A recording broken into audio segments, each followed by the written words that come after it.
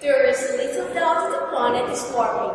Over the last century, the planet's temperature has risen by around 1 degree Fahrenheit. The warmest since the mid-1800s were the 1990s. The hottest year recorded were 1997, 1998, 2001, 2002, 2003, and until this year, 2012. The United Nations panel on climate change predicts that the global temperature will rise 3 to 10 degrees Fahrenheit by the century's end, enough to have the polar caps all but melted. If the ice caps melt, a vast majority of our country's borders will be underwater. Monuments and great buildings as well as homes and lakes will be underwater. So now we know what some of the causes are for global warming. How can we as individuals do our part to help save the planet? The answer is simpler than you may think. You don't have to go miles away from home to protest or spend masses of money. If you try to follow the few simple steps that I shall now give you, you will have started to help us all. Firstly, plant a tree. This would be easier than it sounds. Join or help out a local wildlife group and ask to plant a tree. Trees, when fully grown, will help keep the planet cooler. On the same point, you can protest against the demolition of the rainforest.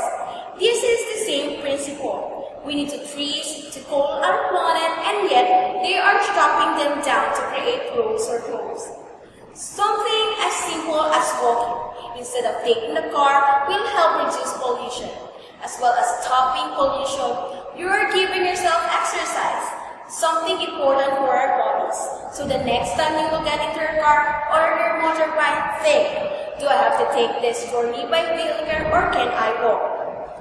If possible, buy your fruit and vegetable from your local suppliers and try to avoid imported goods. The more foreign food that we import, the more pollution from airplanes and boats it will create. Keeping to the speed limit can also help the environment. The more the speed, the more petrol you are going to use, making the pollution higher. AUVs, SUVs make about 6 times their own weight in carbon dioxide each year.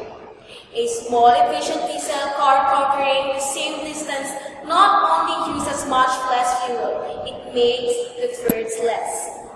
If possible, use solar energy. After all, it is free. All you need to buy is the equipment. You can get much of your hot water and heating from the sun and even generate electricity.